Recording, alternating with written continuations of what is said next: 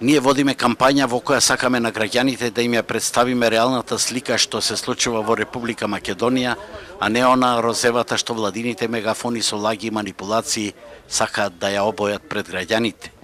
И навистина, на политичари од профилот на Заев им пречи, бидејќи тие се навикнати само на комплименти, а не се навикнати на аргументирана критика.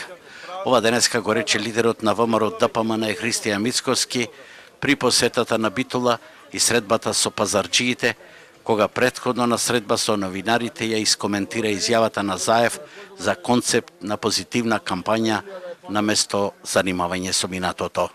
Сите оние концепти кои што ги слушнавме во минатото од овој политичар, видовме дека во моментот кога ќе дојде реализација на тие концепти кои што ги ветува, не само што нема реализација, туку токму спротивното се случува.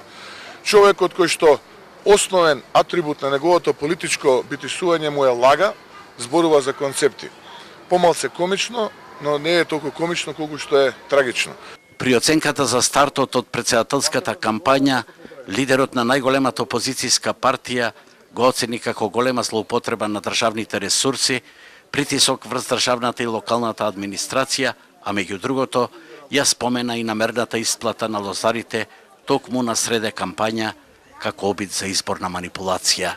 Нека се охрабри Зоран Заев и оној негов послушник министер, наместо да купува скапи патеки во Дубај и по некое ексклузивно парче гардероба од патувањата службени кои што ги реализира, еве барем се осмели и тоа што го вети, иако со задоснување од 3 месеци и после голем број прозивки од моја страна, страна на ВМРО ДПМН, конечно во рамките, во центарот, во епицентарот на изборната кампања, тоа го реализира. Но во ред, барем за тие луѓе, тоа ќе значи подобар живот и ние ги охрабруваме и понатаму нека продолжат.